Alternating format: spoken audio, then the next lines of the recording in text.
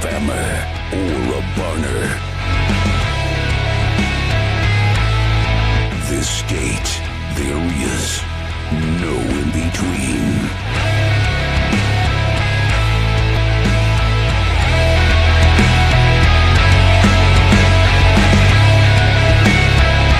In this state, it's not just a rivalry.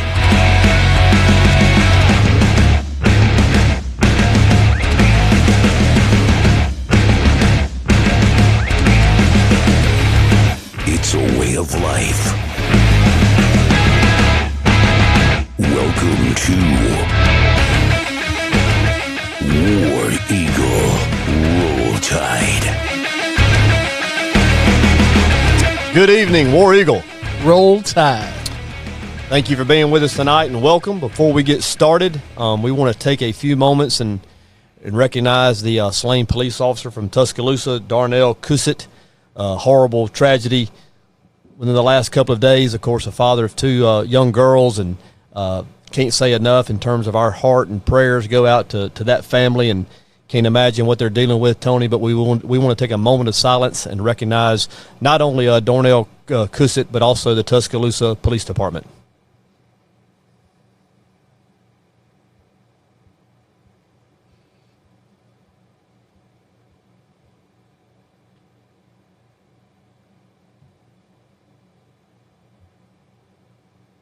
Amen. I tell you, Tony, before we get into what we do, we live in a great country. There's a lot of people that make our ways of life and being able to live that life possible. It starts with our democracy and the people that defend that. And, of course, certainly on a day-to-day level and a local level, the many men and women who put their lives on the line to protect us and keep us free from danger. And this is happening too often. I'm not trying to go down a political outlet here in terms of what should be allowed, what shouldn't be allowed, but this has to stop. And to think about the hurt that's going on in Tuscaloosa, but within that community, within that police department, and certainly with the family of Officer Cusitt, your heart just breaks for them, and it makes you think about what is important. And we've talked about this and kind of set this show up to be the not so serious show for the serious fan. And it's times like this, I think, that humble all of us. And just breaks our heart a little bit, and it kind of takes away from who we are. Well, it does, and aside from being brokenhearted, it infuriates me that you have people in our society who disrespect law and people who uphold it to the point of where they will pull a gun and shoot them in the head and take their life. And I don't want to get political about it either, but I think a lot of this started whenever we started taking fundamental things out of school, which this country was founded on, and because not a lot of kids get to hear that outside of these centralized locations such as schools or other things that they go to. And anyway, it's heartbreaking and it's infuriating at the same time. And it'll just like anything else that happens, it'll take and it'll be politicized, and politicians will use it in whichever manner they see fit. But I can tell you that taking guns away is not the answer. That's all I'll say. That being said, we're going to continue in the days ahead to keep the city of Tuscaloosa Police Department, of course, the Cusitt family, close to our hearts and in our prayers. Can't imagine what they're going through, and they will need a lot of us praying for them, and they will need to lean on a lot of us. And I'm sure as this state and our communities have done time and time again, we will be there to help with the healing process. So once again, our thoughts and prayers, throughout the broadcast will be with those so closely affected by this tragedy. Absolutely. All right, week 4 upon us. Yeah. If anybody, and of course this is kind of, I've been putting out weather reports each day this week, but if anybody during the broadcast can get confirmation of if Auburn has made it to College Station as a football team, or when they plan to get there. What is their schedule for this? I don't know, man. I just want us to get there before midnight tomorrow. So do they usually leave the day before a game? I don't know. You would think it would be the same because they're going to the same generalized part of Texas. It's not just around the corner. I mean, if I were coaching the team, if I was associated with the team, we'd be there. We would have had a practice at somebody's facility, had us a meal, get a good night's sleep tonight, do some more meetings and walkthroughs tomorrow, get another good night's sleep, and then get ready to whoop A&M. But I don't know. I just know we can't get there at midnight tomorrow and play at 2:30. What is the weather forecast? It's not supposed to rain. Saturday's supposed to be pretty. Yeah. It's rained each day this week, according to the forecast that I've had. But I just want somebody to confirm to me that Auburn has made it to College Station, or can get some information to me of when they expect to touch down. And I don't care if it's by bus or plane. We got to get there. Well, that's the first step to winning. Is you got to land the plane. And we're going to come back to that in a minute. We're going to circle back to that. But one of the hot topics I saw, and once again, we appreciate all the interaction on the Warrior Roll Tide page. You talking about snowballing from one week to the next. There's been more activity on that page this week than the other weeks combined, and we appreciate it. The more interaction we have, the more fun it's going to be, the more content it presents. I think we're going to have some phone calls maybe a little bit later in the program. But one of the things that kept resurfacing this week, and you saw it, and we kind of talked about it a little bit, is Bama privilege. Is it real? To what extent does it exist? And what can we do to stop it? I mean, was Mike Tyson privileged? Was Muhammad Ali privileged? Was Jerry Cooney privileged? You tell me. I mean, when you get in the ring and you knock everybody out, that's not privilege. That's called winning. I thought there was and some you get treated differently. So you don't think that Alabama games are officiated any different than other games? Does Prince Charles get the same table at McDonald's as you or I? In Bruton, he better not. Well, okay. Let's say we were in London and we wanted an El Royale with cheese. Well, I know what you're saying. I just don't know if that fits in this for what we're talking about. Do you think I'm asking you a question? Do you think Alabama games are officiated the same as everybody else's? Absolutely. Okay. I want to make a point, and I'll certainly give you a chance to make a counterpoint. This happened last year. Alabama played Mississippi State in a conference football game. Mm-hmm. And I think that everybody and every fan base will agree that offensive holding could be called on every play. On most plays, in most games. Yes. Yeah, okay. In most football competitions. Mississippi State, you may or may not remember, scored a touchdown in the first half. Because I don't even obsess about the team that I like. When Mississippi State scored a touchdown in the first half when it was still a closely contested ball game. And it got called back on a holding call. And it was one of those tweeners. It could have been called. It could have very easily not been called. But it was called, shockingly, in Tuscaloosa. Touchdowns off the board. Mississippi State, I think, missed a field goal, got nothing out of it. Game got redirected. Alabama won. But the bigger point of that is, in that game, four-quarter game, Alabama had 0 penalties for 0 yards, and that's comical to me. That is comical to me that you sit there, you have a play that you can call every time if you wanted to. Listen. You have pass plays down the field, 50-50 balls, pal. Not one pass interference. Alabama, my story's not finished. I'm gonna let you redirect. Listen. No penalties for no yards in an SEC football game, SEC West football game. That Monday, after that Saturday, we had a little morning program. I went on air. I can dig it up in the archives, and I said on air, Alabama was playing a cupcake the next week. And I said, I will bet you $1 to a donut that they have double-digit penalties for 100 yards to make it up. And guess what happened? 12 penalties for 117 yards. Against a cupcake, but no penalties for no yards against an SEC West opponent. Come on, man. Because that was our first team. Come on. That was our first team. We're well coached. Okay. Listen, pal, because you're not used to watching a team that can execute flawlessly, don't start pinning Alabama's success on whether or not the referees like them or not and whether or not they're privileged or not. I mean, that to me, that's ludicrous.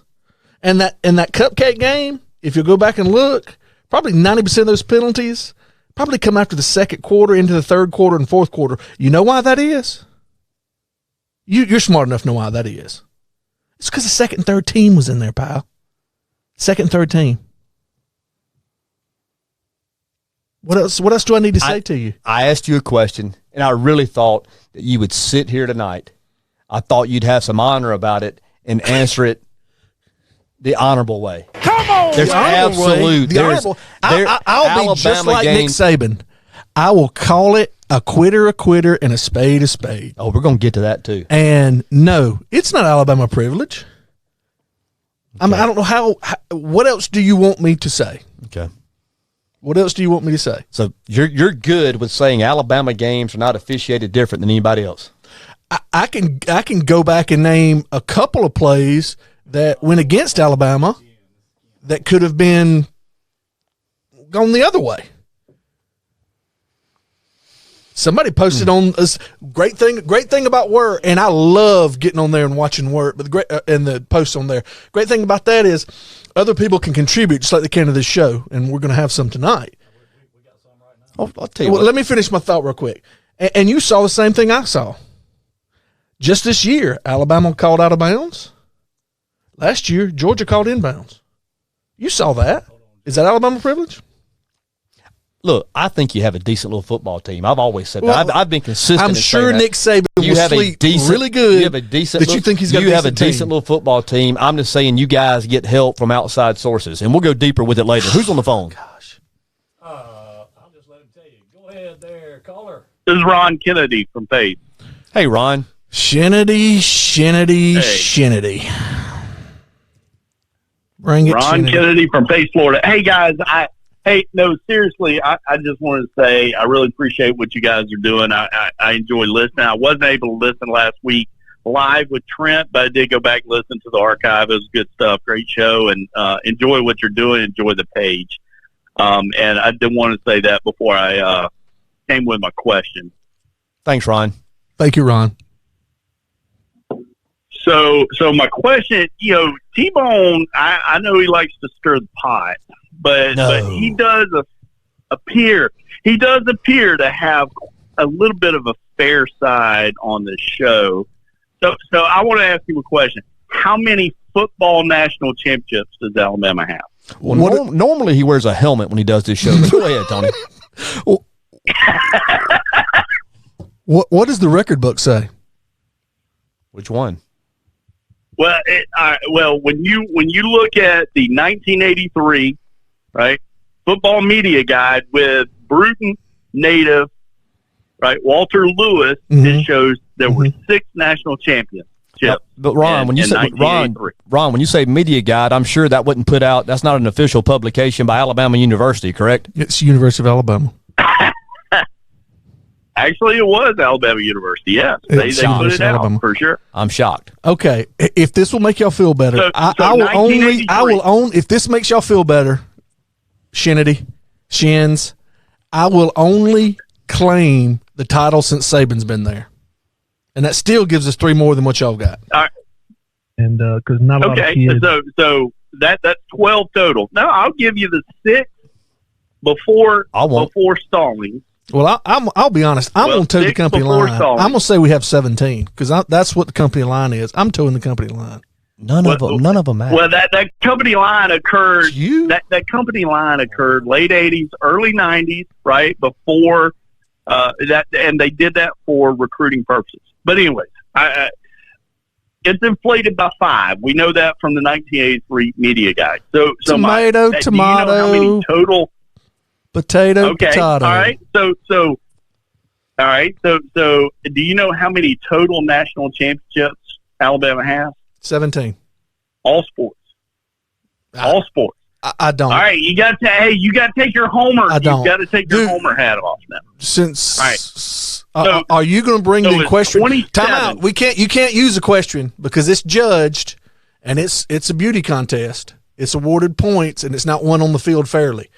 David set those guidelines last week. So you got to take a question off the board. So that's going to cut your national championships by half. Time out.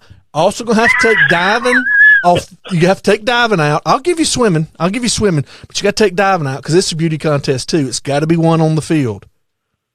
So that's going to cut you off. That's one that's one in the pool. That's one in the pool, man. Diving's one in the pool. That's in the arena. How do you judge who does a better gainer and full Nelson? I saw Saltbox do 9,000 of them down there at the city pool. He was never awarded a national championship. T-Bone, I don't Kelly know. Lyons can do the baddest 1.5 you've ever seen. You've been down there. You've seen it. But those who judge it say they want it in the arena. Duplicity. Duplicity with y'all too. All right. So anyways, 22 national championships. Each school has 22 national championships total. Are you counting the question and diving? Football. Of course you do. Okay. Those are. We can't. So not according to DJ's scale that he so succinctly laid out for the last 4 weeks, excuse me. It's got to be one on the field. Well, did you not? Ask him. That is their arena. Ask him, Shins. Ask him. That is their arena. Hold on. Ask DJ what his criteria is for winning a national championship. First of all, here we go. No, I don't like you having duplicity written on your arm and you using it here tonight like it's a part of your regular vocabulary. That offends me. Every week you bring in a new word and you write on your arm, duplicity. It's not on my arms, folks. Duplicity, please. So, to answer your question, we have 17. Now, are you counting that as our 22 total? No, they're claiming 27, but we know football's been played about 5. Well, we're going to get we can also get our half. University media guy. Yeah, but listen, we're going to also claim a half from last year because Jimbo. Well, actually, we're going to claim a full one for the two that Clemson's won because Jimbo's a Bama man. Hey, I don't doubt that. I don't doubt that. If I have anything to do with it, I will. You know. Hey, on a serious note, I saw where we opened the show giving moment of silence to one of our fallen heroes, and you have a hero in your family, in my estimation, and he's gone back off. So tell us a little bit about what's next for young Mr. Kennedy. Man, I appreciate you asking, and thank you for all your kind words that you put on Facebook and commented. He is in Korea now. I talk to him actually daily through Messenger. But he's loving it over there. He's just doing some in processing right now. But his job will be crew chief on Black Hawk helicopters, and so part of his job will be around the DMC with Black Hawk helicopters. Oh, buddy, boy, yeah. He's going to be over there near the other crazy little bald man, isn't he? Not the one sitting beside me, but there's another little crazy guy over there. Well, he's not bald. He's just got a chili. He's not bald. Yeah, but yes, he is. Well, listen, this would be cool. I appreciate you asking. Yes, sir. Hey, this would be cool, and I really mean if you could get this set up, have him call in one night if he can, and get his buddies and barrack and platoon to watch, and have him call in. I'd like to talk to him a little bit about his experiences over there, and just give good, upstanding young men who are heroes a little bit of attention and a little bit of the, I don't know if you want to call this limelight, but a little bit of attention anyway. So have him call in. We'll get that set up. Man, I thank you for that. And yeah, it's 9:20 a.m. their time right now. So whenever he gets a schedule where he's able to call in, I'll definitely get him to do that. And again, thanks for the website. I'm having a blast. I mean, you hurt my feelings a lot, but it's intense. That's what he does. I just kind of. It's duplicity, right? Winning. It's duplicity. Yeah, especially with duplicity. He doesn't hurt my feelings. He hurts my head with that word. Did he pronounce it right? I'm in that Is that how you state pronounce again. I can't think. I just see letters jumbled up here on my little cheat sheet. Wrap his head. Yeah, he'll be. Wrap his head. I've got a picture I wish Ken would post. Duplicity. Hey guys, thanks so much for the airtime, and thanks for your kind words, and I'll keep listening. Keep calling back too, Shins. See you. Yes, sir. Will do. Bye. Duplicity. So, Alabama privilege does not exist as far as you're concerned. No. Okay. I just asked. I was asking. I mean, to me, that's a little bit of a loser's limp. It's not. It has nothing to do with loser's limp. We'll play them all. We're used to it. We're Auburn. That's what we do. We show up. We play. We see what happens.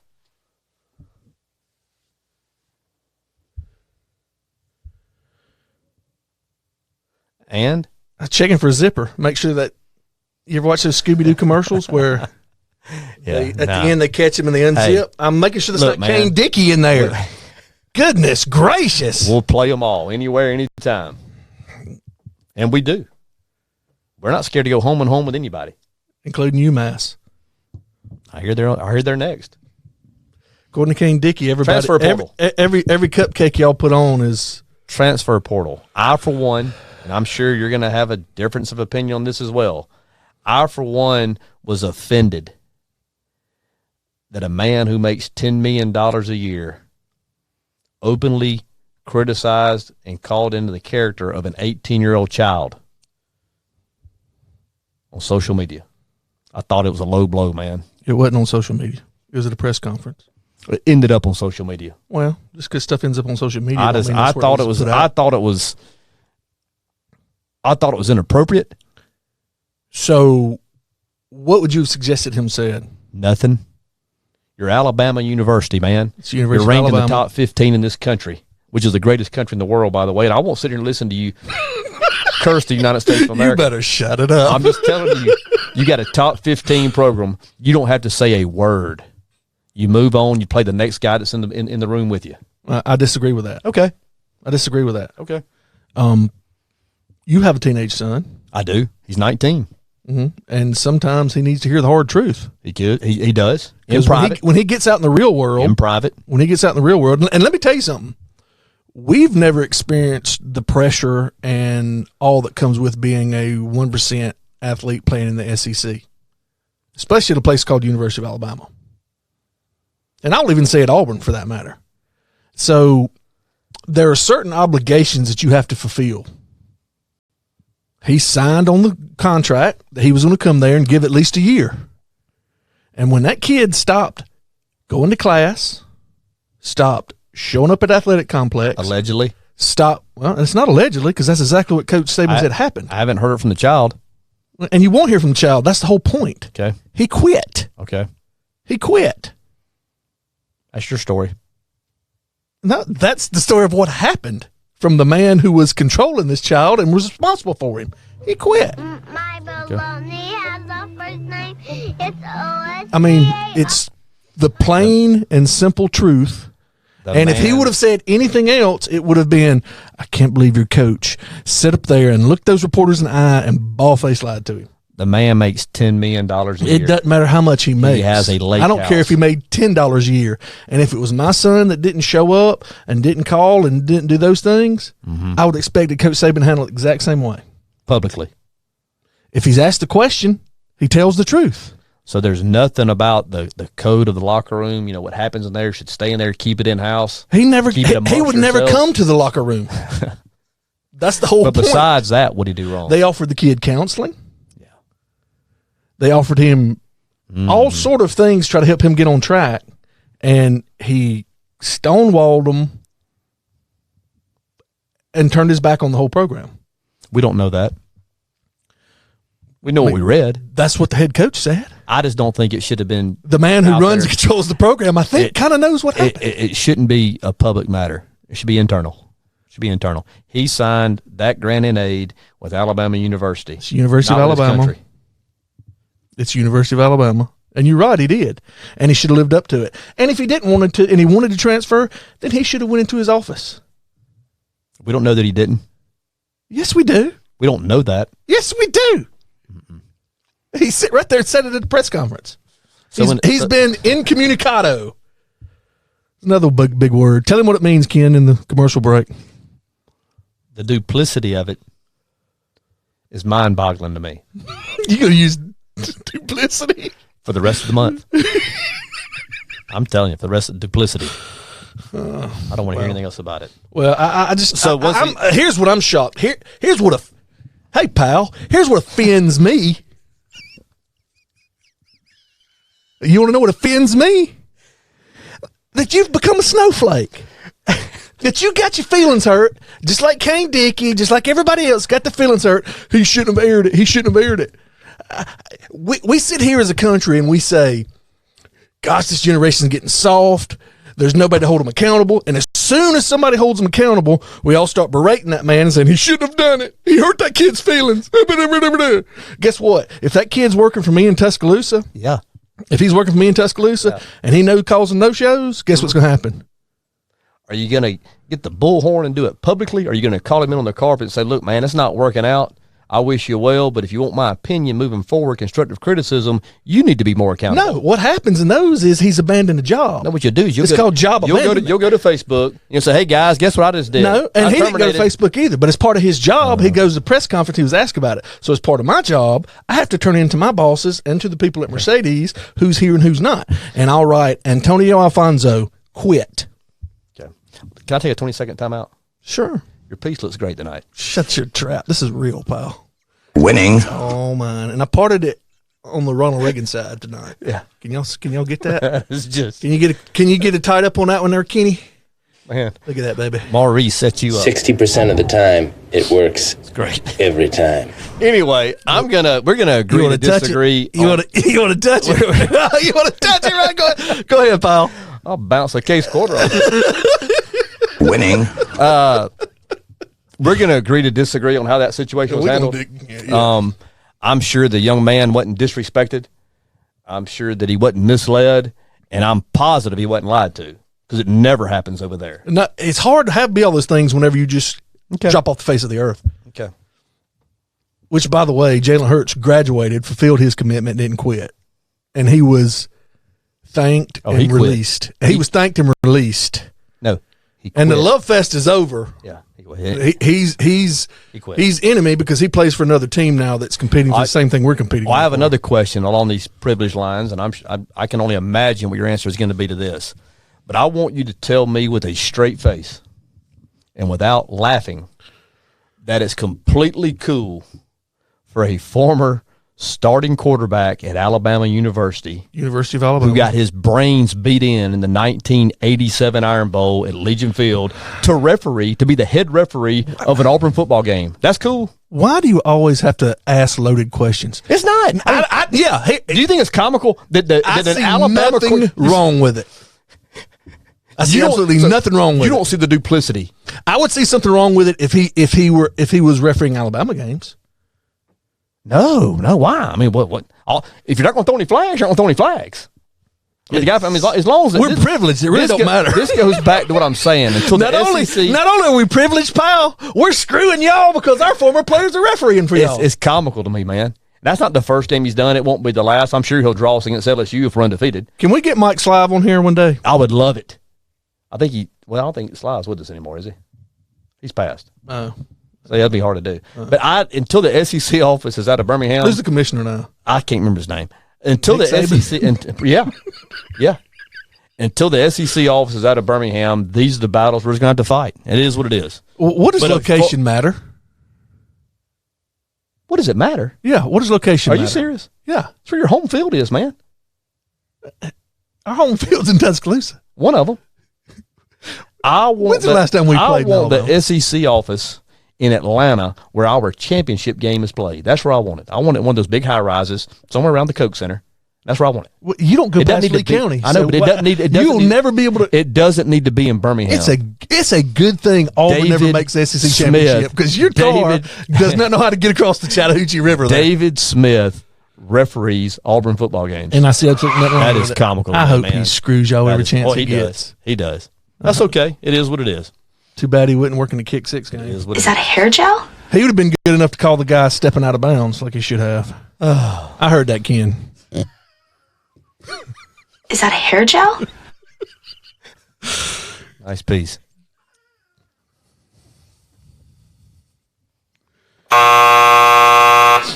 Okay. Well, let me ask you this. Okay. Flip the script. Because, we've talked a lot about Alabama quarterbacks lately. Yep. I'm sensing a controversy brewing over on the Plains. Quarterback controversy.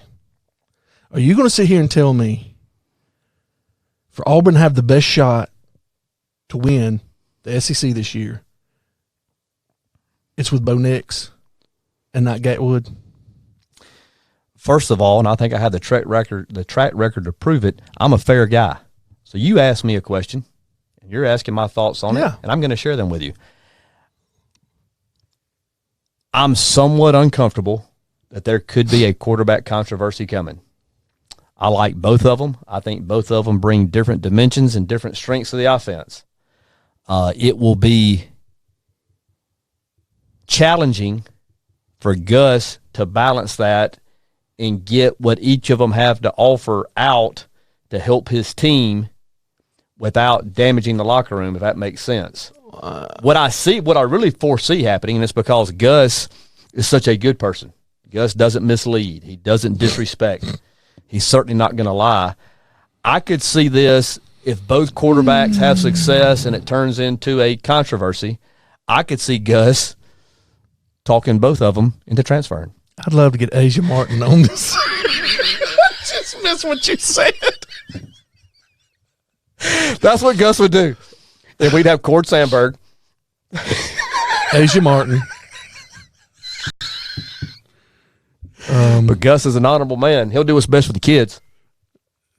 Is his name Kid? But I am worried about, I think there's something could happen there.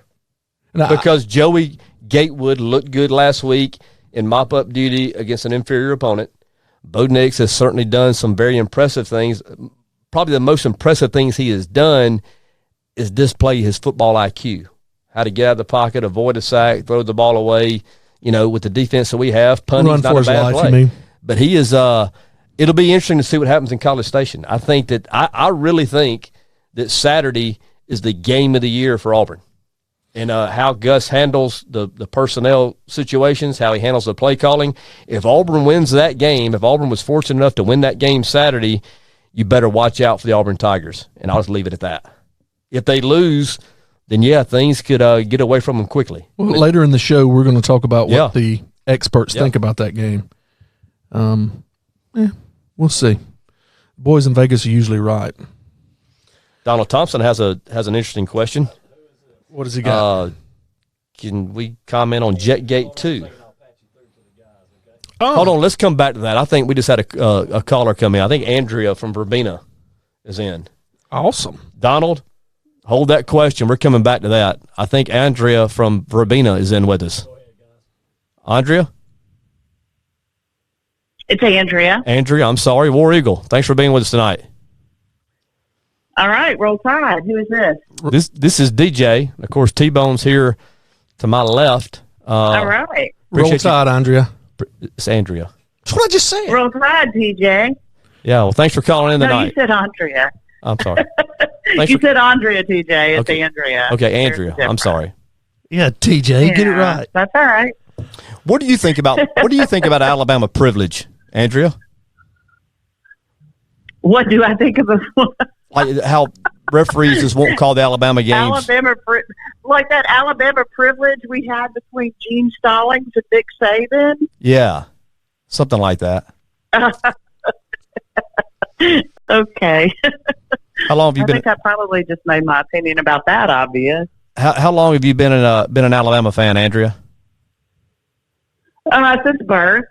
Yeah, pretty much since birth. My grandmother was an Alabama alum, I should say, out of Tuscaloosa.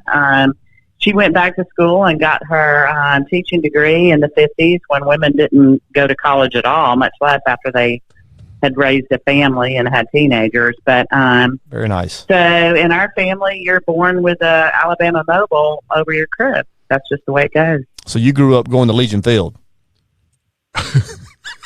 Oh, yeah. Yeah. What's wrong with that, Definitely. DJ? What's wrong with going to Legion Field? Nothing. Okay, well, but you ask these loaded questions. I think it's a great stadium. I think it's one of y'all's home stadiums. I mean, there's a lot of history there. It was, and yes, there is. Hey! Wait a minute now. Atlanta's one of our home stadiums too. Boom! All right, we're having a something going on with the connection. One here, for Andrea. We're losing you, Andrea. What can you say? So, which one of your former quarterbacks you going to send to College Station this weekend to referee our football game? Brody? Tyler Watts?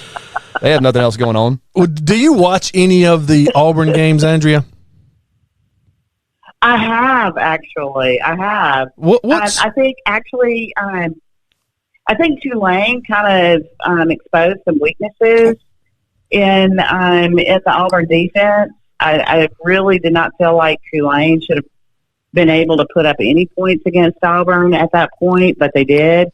But at the same time, in all fairness and trying to be objective, I don't feel like that South Carolina should have been able to put up 459 yards total offense against Alabama, but they did. Well, Andrea, and I appreciate you bringing that up, and I kind of hit on this last week a little bit. I always feel uncomfortable talking football with ladies because more times than not, you really don't know what you're talking about. And last week, I took an opportunity to have a little tutorial when we talk X's and O's. And, of course, I clearly explained that X's represent defense and O's represent offense. Tonight's lesson, if you'll afford me the opportunity, is going to be RPO. Now, we're all going to hear that on the different games this weekend. Alabama certainly has a lot of RPOs. That is a run-pass option. Tulane employs that offense. Alabama certainly employs it at a greater level. But run-pass option means the quarterback, when a play is called, each run play has a pass play associated with it. So when the quarterback comes to the line of scrimmage, whether he's in the shotgun, under center, he can see how the defense is aligned, and he has the authority. Kind of like when number 22 caught the ball and hurdled over somebody, threw somebody aside and hurdled over them and all that. That's what you're talking about with an RPO. That was an RPO. That was a run pass option. You're a quick learner, Andrea. Right. That's right. That was an RPO. That was a 5-yard pass. I kind of already knew that. Yeah, well, that's great. Yeah, but that was a great throw by Tua, by the way. A 5-yard out. I mean, he put it right on the money. It's just a great throw. I mean, that's what he's supposed to do. Yeah. Yeah. That's what he was supposed to do. Right. Can Bo Nix make that throw? Right. If he could have, y'all probably wouldn't have taken Oregon to the last few seconds of the ball game. I don't want to get into that guy's as first where he ranks on running backs, because I mean he's not even in the. I mean he's Andrea been terrible. Andrea, it's Tony. Yes. Tony. What is your favorite Alabama football memory of all time? Kick six. Do you have just one? I mean, that's oh my goodness, that's an unfair question. But what pops to your mind? No, when I was a little girl, I don't remember the specific years, but there was one year that Auburn beat 17-16. 1972. And the following year, Alabama beat Auburn 35-0.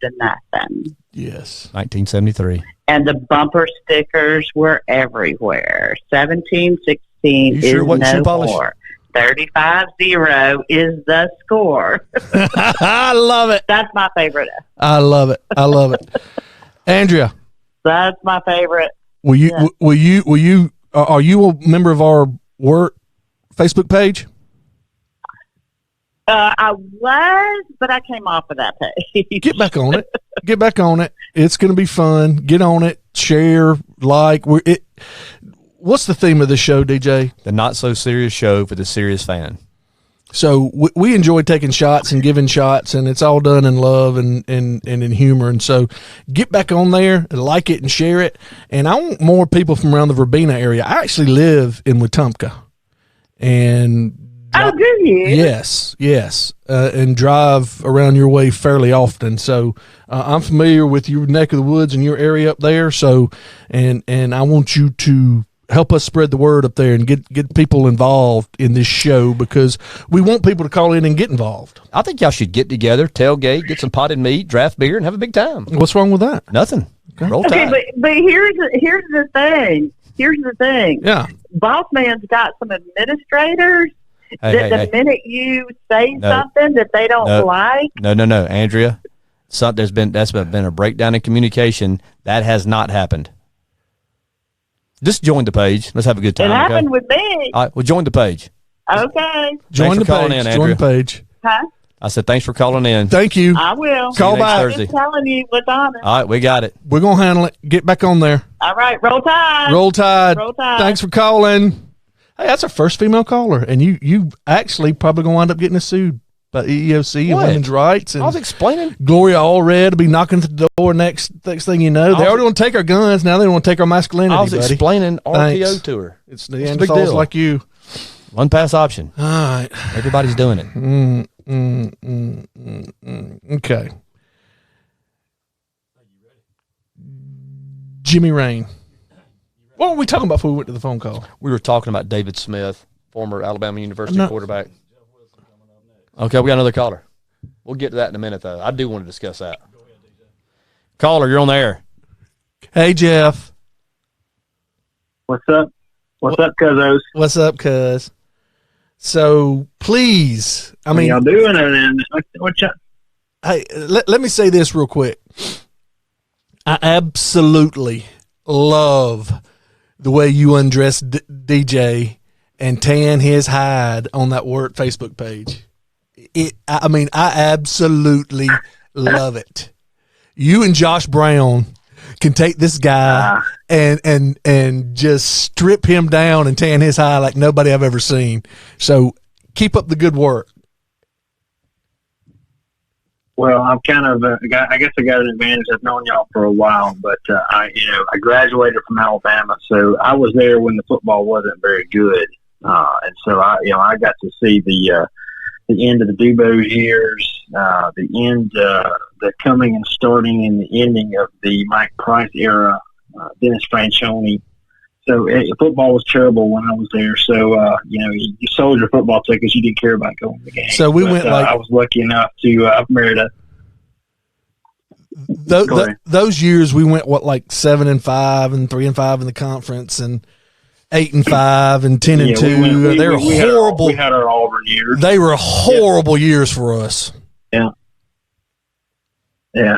But, I've married an Auburn girl now, and so I go to a lot of Auburn games. And so I was actually at the game this weekend, and y'all hit on it earlier. I think you did. The Gatewood kid, he reminded me of Cam Newton on the field. It was kind of scary seeing him with the ball in his hands. I don't know what he can do as far as throwing the ball, but the kid is scary with it in his hand in the open field. Listen, Jeff, I can see it. You can see it. Andrea can see it. Ray Charles can see it. Why do you have a coach that's one of the highest paid in the SEC? Why can't he see it? I'm trying to help Auburn. He's promised that. He promised Daddy something. I'm sure. He didn't want to lie or mislead. Isn't that DJ's line? Lie or mislead or whatever. Oh boy, you're not kidding about that. Hey, it's one of them isms going on up there at Auburn. And this ism, I can't stand an ism. Can't stand them, Jeff. Can't stand them. Favoritism. That's what's going on up there in Auburn. So you're telling me that the kid is an athlete, but so Bo Nix has nothing to offer. He has nothing to offer that offensive football team. Does he look ready to you? It's not what he said, you ignorant wretch. We're 3-0 with him. Does he look ready? Ranked in the top 5 with Does him. he look ready to you? He does. You just said a minute ago he was shaky. I did not say. I've he's never said he 3-0 was DJ. shaky. They ran the ball 62 times this week. And we're going to run it 62 more Saturday. Well, no, you should have the leading rushers in the country. You run the ball that many times. Well, it's a. Who runs the ball? When I was in school, at Alabama, there was a year that Tyler Watts got hurt, Brody Croyle got hurt, and the third string quarterback was a kid named Brandon Avalos. They played Southern Miss or something for homecoming. Alabama ran the ball 64 times and didn't throw it once. That's what it reminds me of. I mean, and this guy is one of the highest paid coaches in the SEC, and he's got them ranked in the top 5 in the country. So, but what's your point? I said it, but it's a setup of the schedule. Y'all have played cupcakes. We've played a team that's ranked number 7. We're playing another team that's ranked number 9. You watched Saturday. You were at Oregon. I was there. Would they line up and match up with the bottom half of the SEC? They would destroy them, and you know it. I mean, you're carrying on for the camera. You know it. You know it. No. Let me tell you saw something. those guys in pads. You don't want to hear this, and our cousin may not want to hear this. The SEC sucks this year, man. The bottom half, they suck. Well, the bottom half does suck. They're terrible. They're terrible football teams. But they are terrible. South Carolina. You can run Kentucky out there. You can run Missouri out there. Is a terrible. You can run your Auburns out there, and they will beat Oregon. South Carolina is a terrible football team, and their record's going to prove it at the end of the year. They're terrible. I will put and they Missouri. They shredded. Missouri's not bad. I will put Florida. Florida's not bad. They will shred them. South Carolina gets Missouri this weekend. They'll lose. You let Auburn play Oregon, South Carolina, they will beat them. South Carolina loses this weekend at Missouri. So you're telling me they can compete in the SEC? Oregon? Yeah. In the SEC East, they'd win it. Well, I'll take that They back. beat Georgia and Florida? I take that back. They beat Florida. Georgia is probably better than them. Georgia is, and my ranking is going to reflect that. But Georgia would probably beat Oregon. Again. Say that again. Georgia would beat Oregon. No, say what you just said. Oregon would beat who? Oregon beat Florida. How you spell Oregon? Oh, yeah. Yeah. Ogon. It's in written in stone now, pal. You said it. They would. We're going to see. We're going to see. They would. So, Jeff, you've been to the games, and here's the thing. I told Andrea to get on the work page earlier because there's a lot of good information that comes out on that work page way before CBS Sports or... I will agree with that. We do break stuff. I will agree with that. I mean, our opinion matters. Way ahead of the curve. Way ahead of the curve. So, I'm not so sure that we don't shape talking points for their shows. They're watching us, no doubt. But listen... hey, Jim Nance. And I'm not trying to create controversy, and I'm not trying to create a situation in Auburn at the quarterback position. But they got the wrong guy starting if they want to compete and win the SEC. And they're my dark horse. I'm trying to help you, DJ. Why are you always looking at me like an enemy? I think I said earlier, I think there's going to be opportunities for Gatewood to help this football team win games. No, but Bo Nix is a piece of the puzzle. He doesn't need to help him win anything. Piece of the puzzle. Because he naturally fits. Is Jeff still with us? Jeff's not. Yeah, I'm here. Who naturally fits the system better, you think? Oh, Gatewood does, without a doubt. I mean, you've seen that guy is the he is Cam Newton. He has the body, he has the look. He runs that offense better. He's not Nix as good a dresser. Is a kid.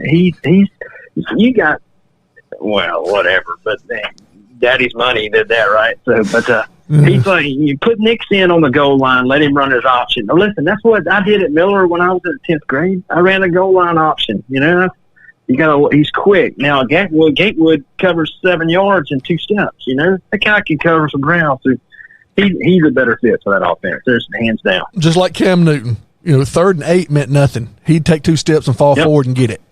I mean, and that's what made Auburn so good. Just go look at the 2010 comeback or whatever that was. Okay, you've talked me into it. 2 is now the 6th best quarterback in the conference. We have 2 and 4. Okay, I agree. Goodness gracious. All right. Well, he's on board. Now, if you can get Gus on board, that's all that matters, right? Jeff, thanks for calling in, my man. I still don't see how the... Hey, boys, I'll get more people up here in Birmingham listening to you. Get them on board, buddy. Get them on board. And don't be a stranger. Call back. I like your work on work, by the way. Where you undress and tan DJ's hide. I don't see why Gus doesn't see it. It perplexes me. I'm not on board with you saying that Nix doesn't bring anything to the table. I never said that. What I said was, if you want to win the East, West, whatever y'all are in, good Lord. And have any shot at winning the SEC, you better go with Jimmy Gatlin Brothers, whatever his name is. Okay, well, let me ask you a question. And I've already answered your question. I am concerned that there could be a quarterback controversy there. It looks like there are some elements in place where that could come about. We will know a lot more after Saturday. We'll know a lot more. We don't know what the offensive game plan is. We don't know what Gus has in store for them in terms of reps, in terms of packages. We'll see. But you're right. There is it is there. You're 3 games in. No, I know it is there. Shouldn't you have that by now? Here's what kills me is you won't even let me agree with you. Go ahead. Yes. The pieces are in place to have a problem. We'll just see. We'll see. I still think Nix is a real good quarterback. I think he's a real good quarterback. I think he's a tremendous leader. I think he has great poise, and I think his physical skill set is really good. I think that we need to be really good around him where Gatewood can do some things on his own if he doesn't get the help needed.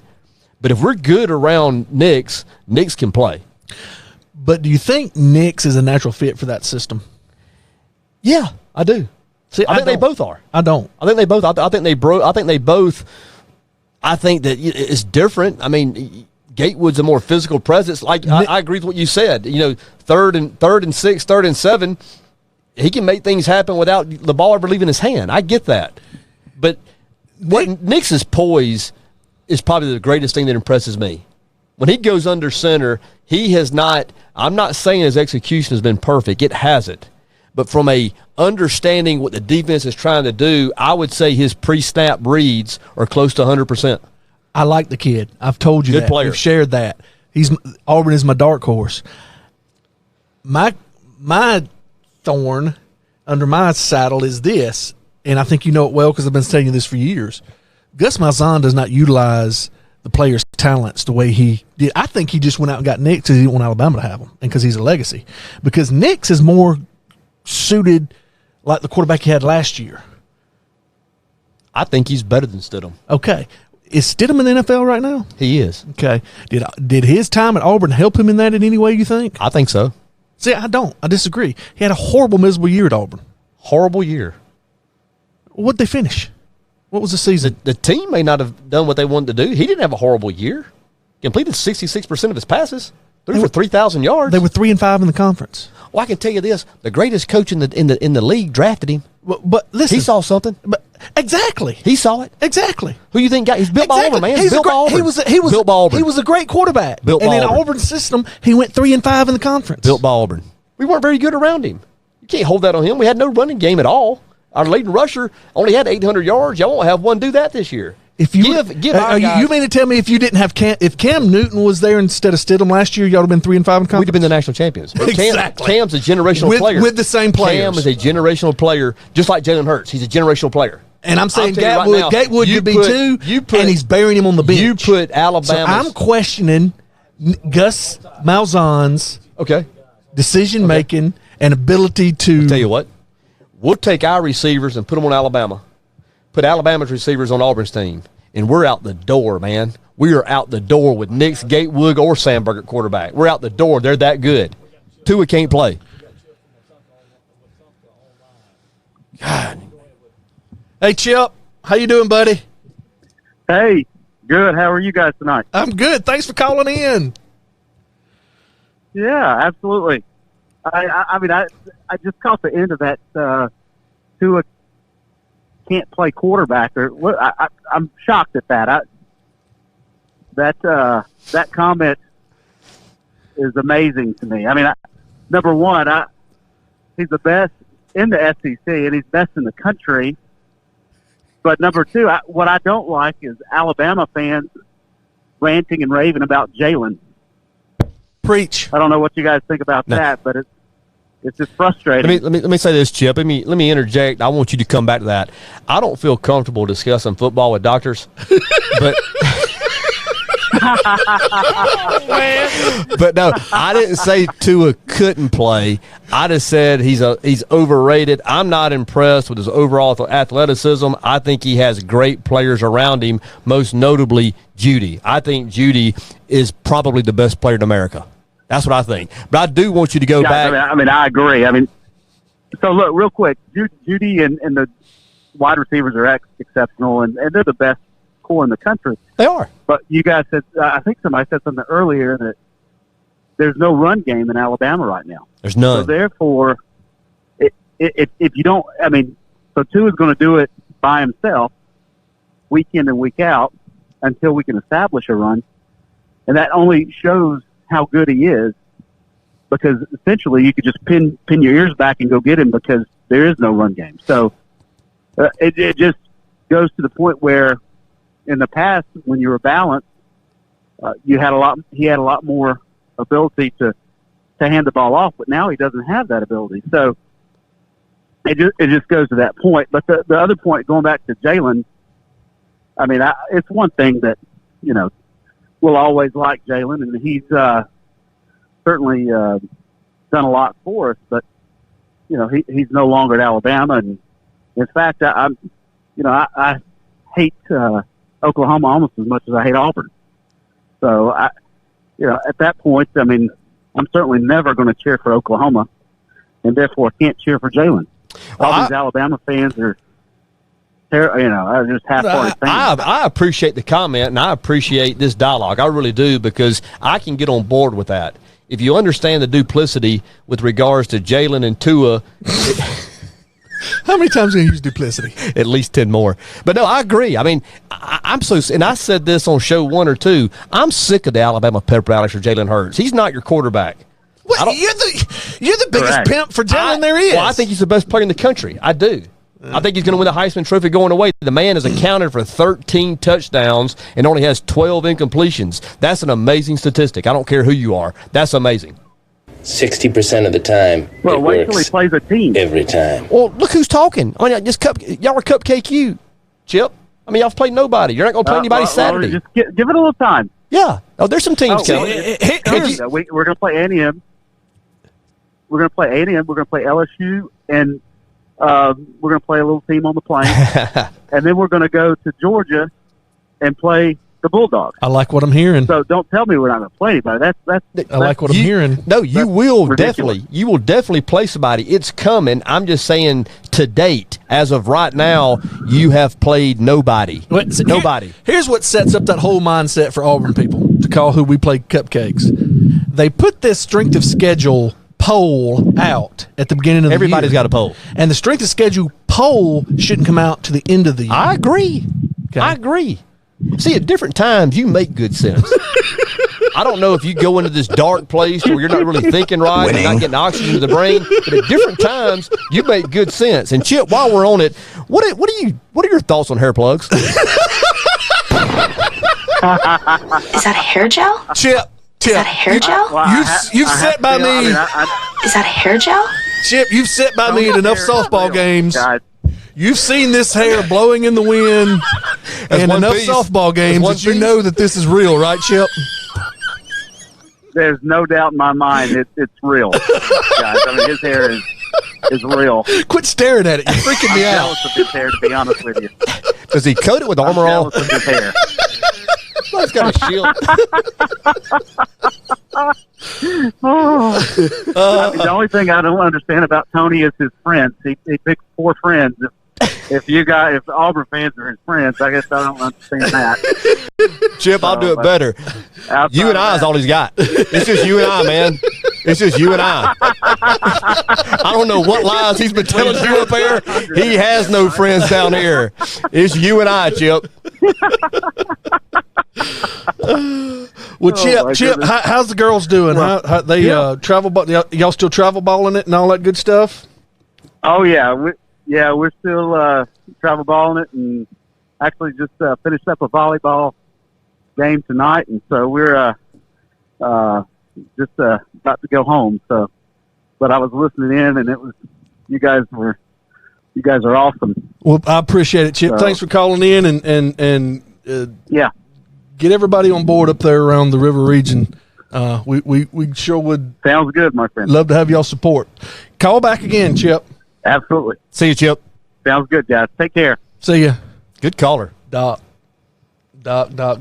Chip is an emergency room doctor. I'm surprised he wouldn't at work. He works all the time. How that He's is. ready for the feel good for Jalen to go away. That's a very intelligent man. Very intelligent man. Well, I concur. Yeah.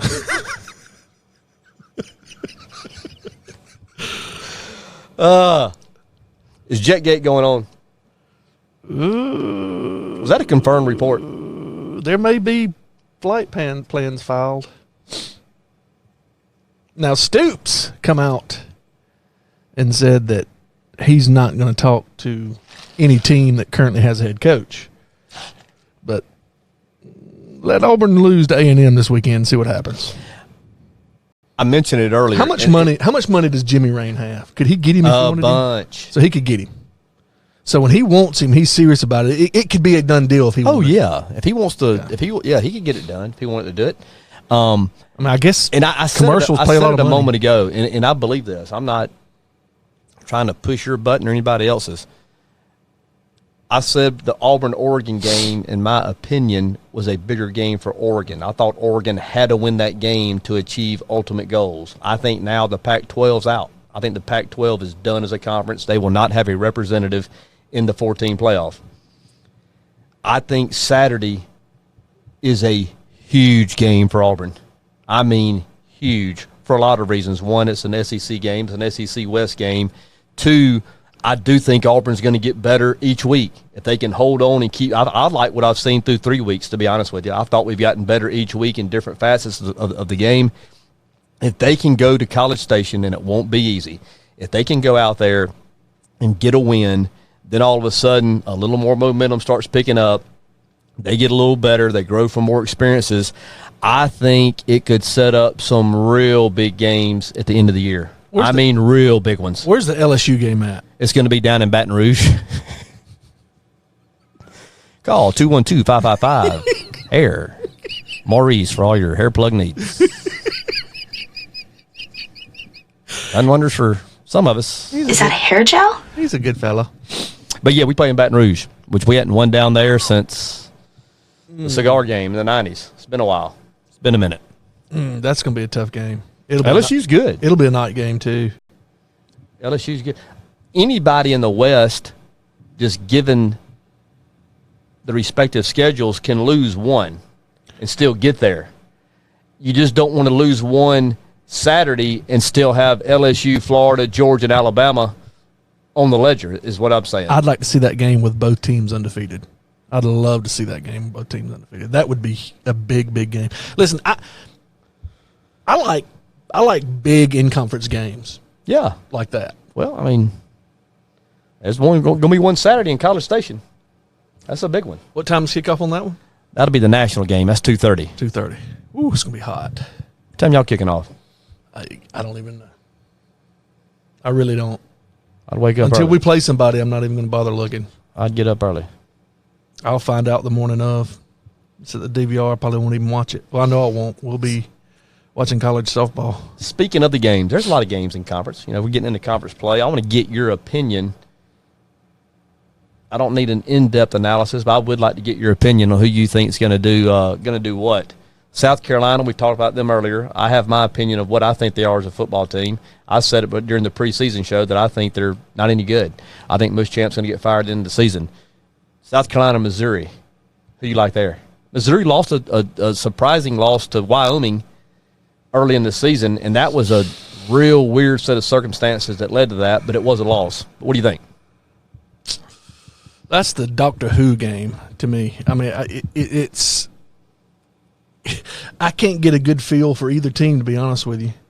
And I didn't go with my gut last week on our picks, and I'm going to go with my gut, what my gut says. And I think South Carolina, I'm not talking about against spread. Yeah. I'm just saying, I think South Carolina will win that game. See, Missouri's good. I'm telling you, you and I were talking about it a little bit earlier before we went on air. Missouri's good. That game's going to come down to who makes the least amount of mistakes. Georgia, Notre Dame. I really like that quarterback. Georgia, Notre Dame. South Carolina. I think Georgia beat them. I think Georgia's going to annihilate them. I think, do I have the spread? Yeah.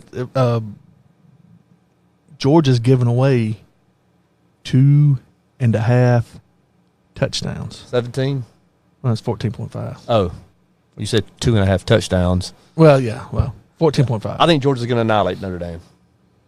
I do too. They're going to run right over them. Yeah. Kentucky, Mississippi State. We're going to do that one last for me. Okay. That's going to be my pick.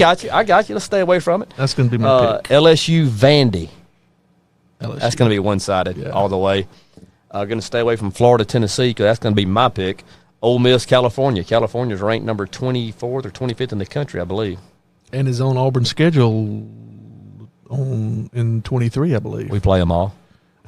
Ole Miss, California. Who you like? I don't know. I really don't. I'm almost going to pick the SEC team. You're going to go with Ole Miss. What's the spread in that? I don't know. Yeah, I'm going to go with Ole San Miss. Jose State, Arkansas. Arkansas should win that. I'll be shocked if they don't. Now, getting to our picks, there's always a group of people who try to accurately predict how bad one team might be another. We've made those picks each of the first 3 weeks. You have an overall record of 1 win and 2 losses against the spread. Mm-hmm. I have a record of 2 wins and 1 loss. My 1 loss being on Alabama University last week with the backdoor cover. The backdoor cover, South Carolina scoring late in that ball game to cost me that. So I'm done with the Tide. Won't load up with them again. Who is your pick this week, and what is the number that this group of people attaches to that football game? Kentucky versus the Bulldogs of Mississippi State. Okay. Kentucky is getting 6. Sawyer Lewis is the new quarterback. The Troy transfer. One Troy. What I've seen of Kentucky, and I've watched him a little bit because of Cavassier Smoke, who is from Wetumpka, I like them. I think they may be a year or two away, but I like them. And I think the wrong team's favored. So you're going to take the points, but you think Kentucky may beat them straight up. I think Kentucky might beat them straight up. So you're saying Kentucky wins outright. But just in case, they're getting 6. Interesting. I'm going to add this as a little side note to that game, and this is something I saw last week in the Mississippi State game. Hill, the tailback from Mississippi State, who I had as a preseason All-SEC pick, very, very animated on the sidelines in a frustrated manner. There's trouble on that team. There's trouble. You beat me to it. There's trouble at Mississippi State. There's trouble in that locker room. A loss here, and that thing comes apart at the seams. I agree with you. Same boat. Problems at Mississippi State. Yeah, Joe killed me. I took them as one of my picks, I think, was it last week? And it killed me. He killed me. His in-game management and coaching is almost as bad as Gus Malzahn's. Please. The game I'm going to play this week, and once again, there's a group of people that think Florida will beat Tennessee by 14 points. I'm going to take those 14 points, and I'm going to play the Tennessee Volunteers. Ooh, are you really? I sure am. That's bold. I'm taking UT plus the 1-4. That's bold. I think Pruitt's going to have them ready to play. I really do. And this game is in Knoxville or in Gainesville? Knoxville. Well, that don't matter. I'm taking UT. The home advantage up in Rocky Top's not really a thing anymore. I don't think. I mean, they lost their opening game there, so I don't know. Personally, when I first looked at that, I thought 14 may have been too low. I see a misprint on the scroller. Houston 28, Tulane 7. That's probably early in the second. There's no way that's right. Probably not. Thank you, Timmy Wiggins. Get that on. Probably not a misprint. Probably not a misprint. Yeah, them green waves. Oh, where you at, Dickie? Well, I've got I kind of made mention of it on an earlier post. Big shakeup in the top 5. Oh God, big shakeup. I don't think it needs to be said again, but for first-time listeners, I will. My poll was a little different than some of the other polls across the nation. Well, first and foremost is because I'm fair. Well, I do my. You don't get anything based off what you used to do or what you were at one time. I'm fair. It's about body of work and it's about production on the field. So my top 5 has a little change up to it this week. Okay. Is the duplicity? Can I ask you what's so funny? Because you're always talking about your poll, but go ahead. Clean it up, man. We have a new number 1 team. Whoa. Number 1, Central Florida. I want you to wait for a second. 3 years running, these guys have not lost a regular season game. And you're going to tell me that doesn't command respect? They crushed Stanford this past weekend. Crushed them. Is Stanford any good? You yourself just said the Pac-12 was horrible. Hey, you play the games you play. That's what you said. For 3 years, nobody's beat them in the regular season. Nobody. And they're playing with a backup quarterback. So you're telling me there's a chance? UCF is going to number one based off their merit, but also something's not quite right with Clemson.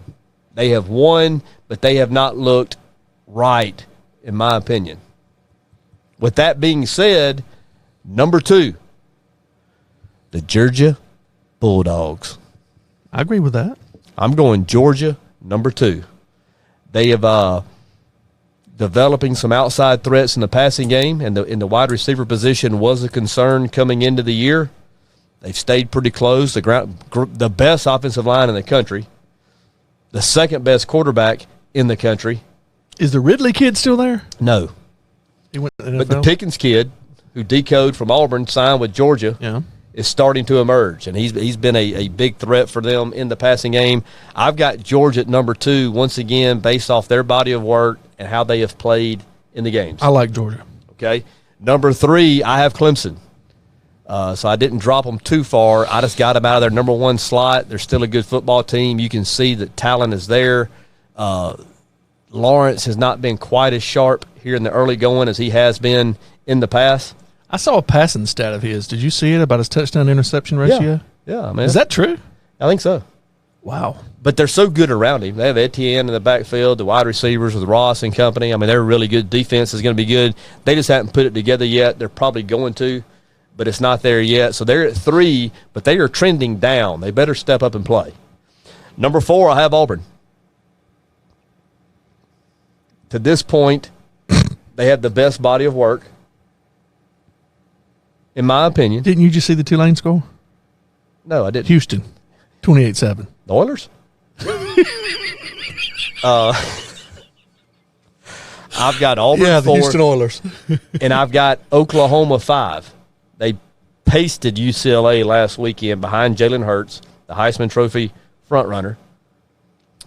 And then in that next group, and this is early. This is what, 3 weeks in. You don't even throw in the next group. The next group of teams that I'm still watching and breaking down film on: LSU, Ohio State, A&M can jump back in it with a win Saturday. Michigan had the near slip up a couple of weeks ago, but they're still undefeated. That's got to count for something. It just freaking pains you, doesn't it? No, it pains you. I have a second group, is what I'm trying to tell you. So we're going to continue to monitor. And then if and when Alabama University, it's University of Alabama, starts to play some real football teams, and if they are able to produce, then they're going to be given consideration. But while we're saying that, and I think this is a good time to get into this year's Alabama team, and I'm anxious to hear your opinion on this. I do respect, when you're in your right mind, I respect your opinion with regards to football.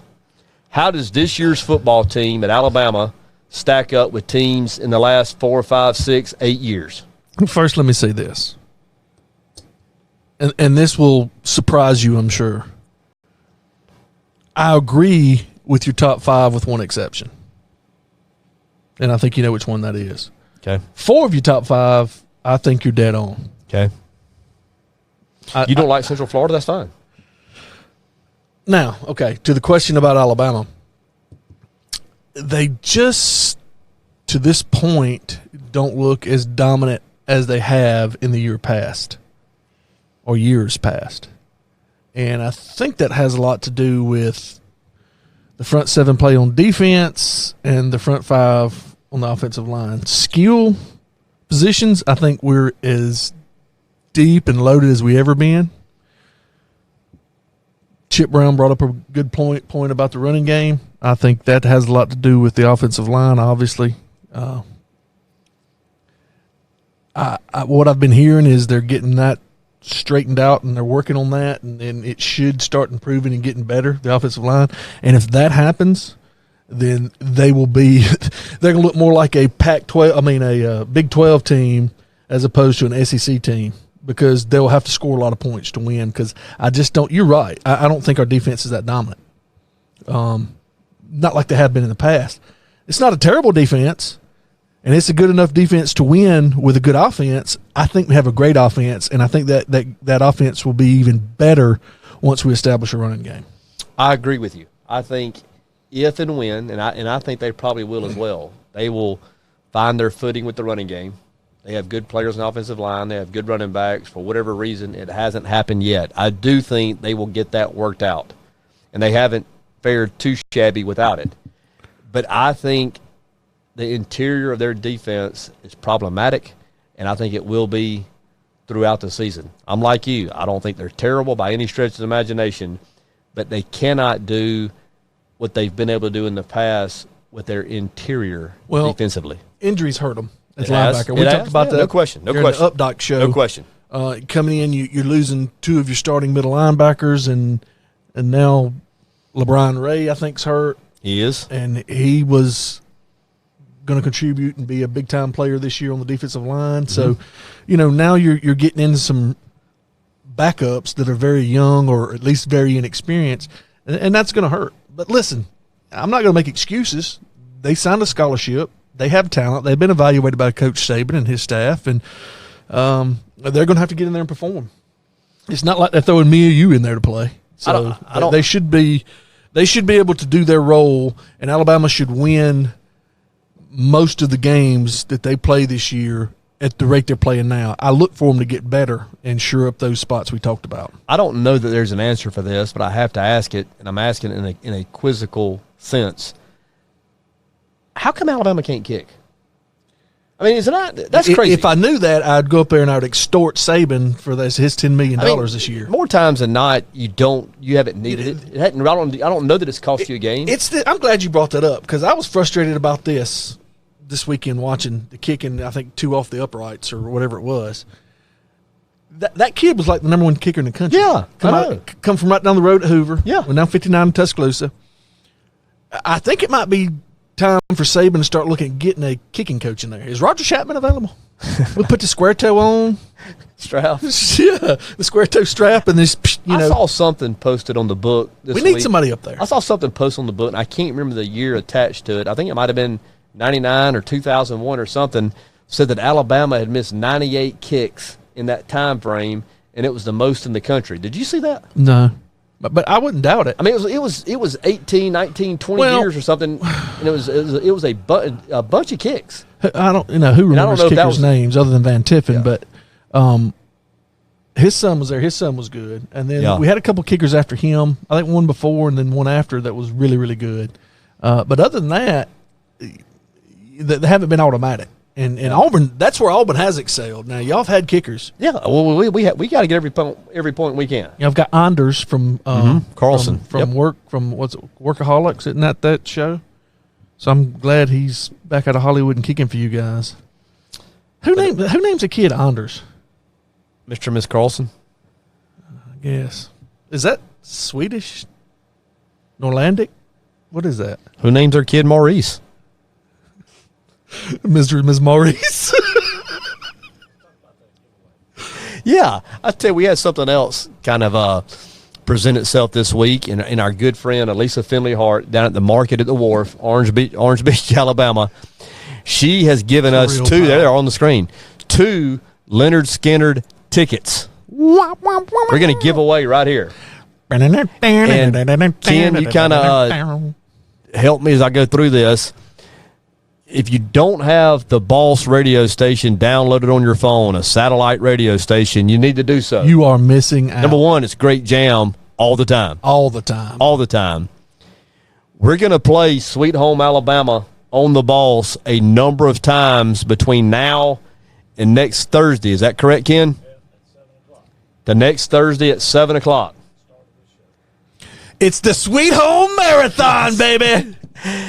And if whoever comes the closest to guessing how many times it has played on the Boss is going to that concert Saturday, September 28th, FOC, You're free of charge. Going to courtesy see of the market. Skinner. Thank you, Market. That's pretty cool. Yeah. Yeah, and the lady that contributed those, Elisa, has just posted earlier that her alma mater, Flomaton High School, is winning. God, they are again whipping tail down there, aren't they? Once again, Sweet Home Alabama is going to play on the Boss from now till next Thursday at 7 o'clock. And what do you have to do to win?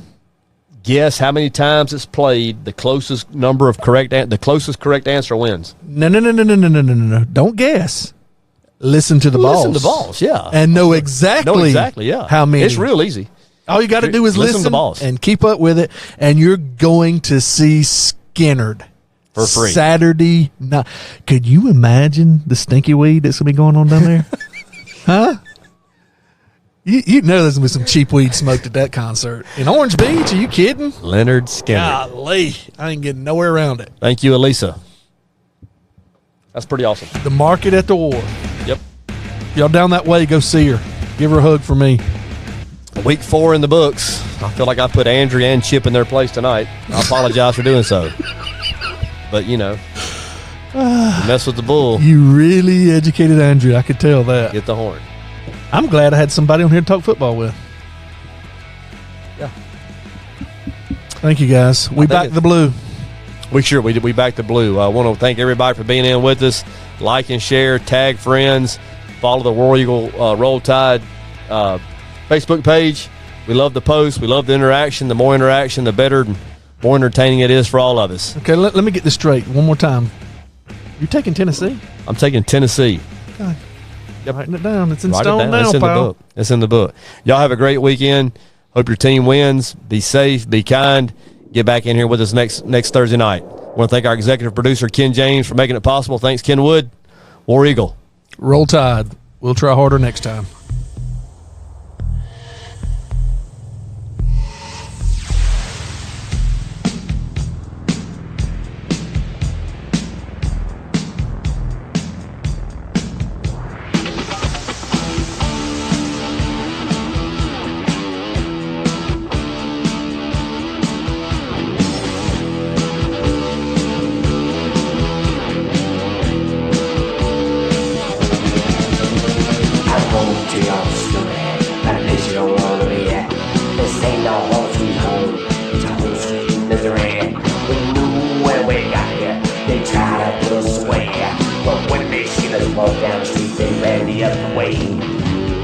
Back free and let